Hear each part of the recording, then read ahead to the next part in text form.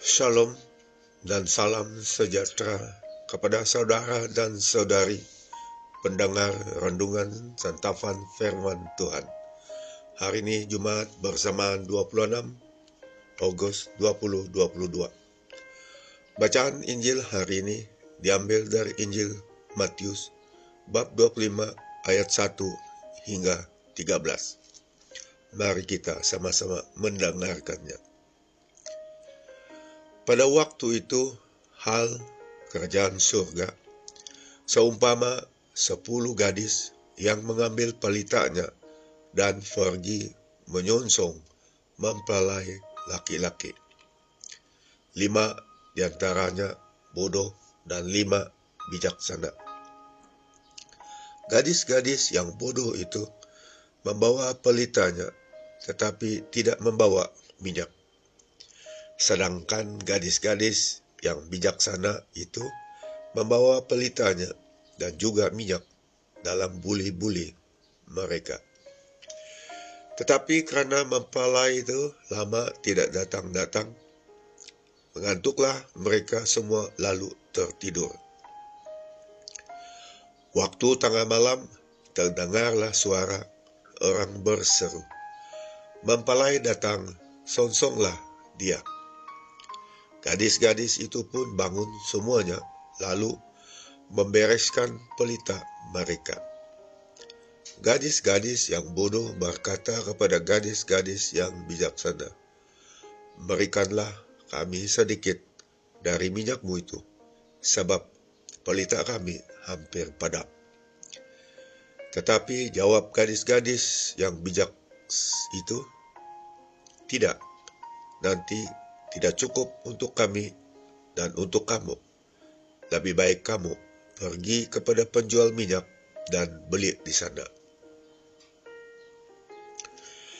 Akan tetapi, waktu mereka sedang pergi untuk membelinya, datanglah mempelai itu, dan mereka yang telah siap sedia masuk bersama-sama dengan dia ke ruang perjamuan kawin, lalu pintu ditutup. Kemudian datang juga gadis-gadis yang lain itu dan berkata, "Tuan, Tuhan, bukalah kami pintu." Tetapi ia menjawab, "Aku berkata kepadamu, sesungguhnya aku tidak mengenal kamu. Karena itu, berjaga-jagalah, sebab kamu tidak tahu akan hari maupun akan saatnya." Injil Tuhan, terpujilah Kristus. Saudara dan saudari terkasih, kita umat Kristen percaya dengan pasti akan kedatangan Kristus kedua kali. Tetapi tidak seorang pun di antara kita yang mengetahui bila hal itu terjadi. Kita juga sadar bahwa kita tidak kekal di dunia ini. Tuhan yang berkuasa atas kehidupan kita akan datang mengambil kita satu persatu. Injil yang kita dengar tadi menyatakan akan hal kerajaan surga itu, yang diumpamakan seperti 10 gadis menunggu mempelai laki-laki dan membawa pelita. 5 gadis bijaksana membawa pelita dengan minyak yang cukup, dan 5 gadis yang bodoh membawa pelita tapi tidak membawa minyak. Tugas utama 10 gadis itu adalah menyambut mempelai laki-laki dengan pelita yang menyala. Agar pelita itu tetap menyala, hanya 5 gadis yang membawa persediaan minyak.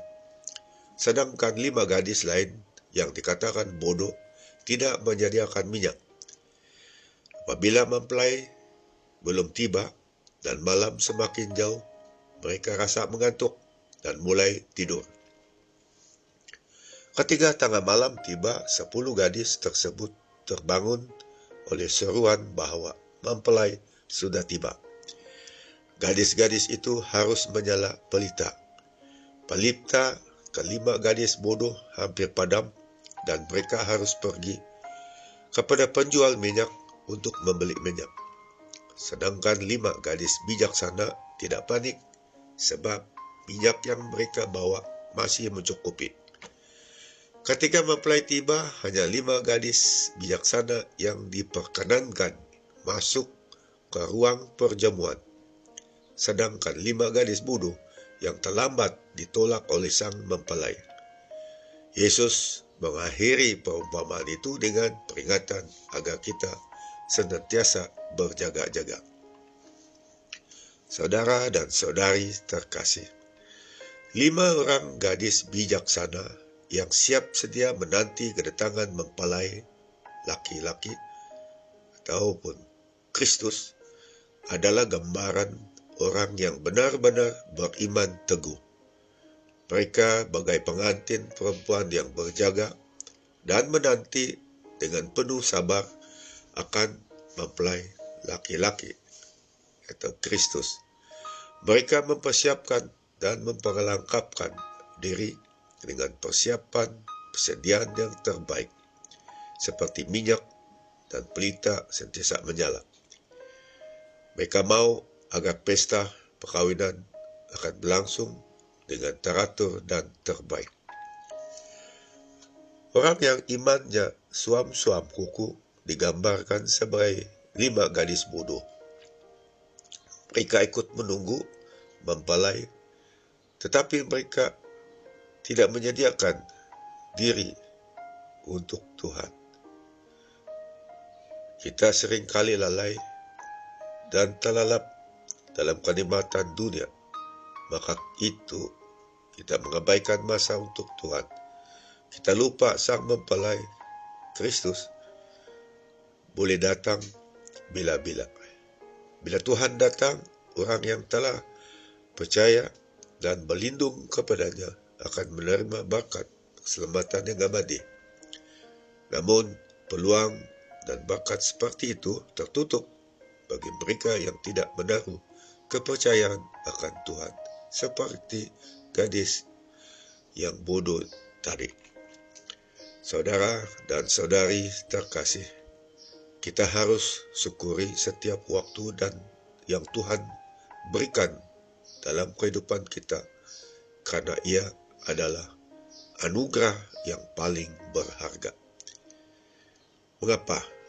Karena di setiap waktu bersama dengan Tuhan, menyaksikan bahwa Tuhan senantiasa peduli dan memberikan yang terbaik dalam kehidupan kita. Kita perlu ingat bahwa yang terbaik dalam pahaman kita belum tentu baik bagi Tuhan. Tetapi yang baik dari Tuhan, walaupun tidak baik menurut keinginan kita, bila kita lihat dari keimanan kita, maka ia jauh lebih baik dari keinginan kita. Karena keinginan kita boleh membawa dosa, yang akibatnya adalah kematian. Tetapi keinginan Tuhan pasti membuah kehidupan. Maka marilah kita mohon bantuan Roh Kudus untuk membawa kita ke dalam kehidupan yang diingin oleh Tuhan. Hal yang terbaik yang harus kita lakukan adalah mengusahakan kesetiaan dalam mengikuti Yesus dan menjadi saksi yang hidup. Jangan merasa puas dengan aktiviti iman yang kita lakukan. Janganlah kita merasa bosan berbahagi, berkat, dan bersaksi dari apa yang Tuhan anugerah kepada kita. Semoga dengan bantuan Roh Kudus menjadikan kita anak-anaknya yang sentiasa bergerak dalam kesatuan, kesetiaan, dan kekudusan dalam penantian akan kedatangan Sang Mempelai, yaitu Tuhan Yesus sendiri. Tuhan memberkati.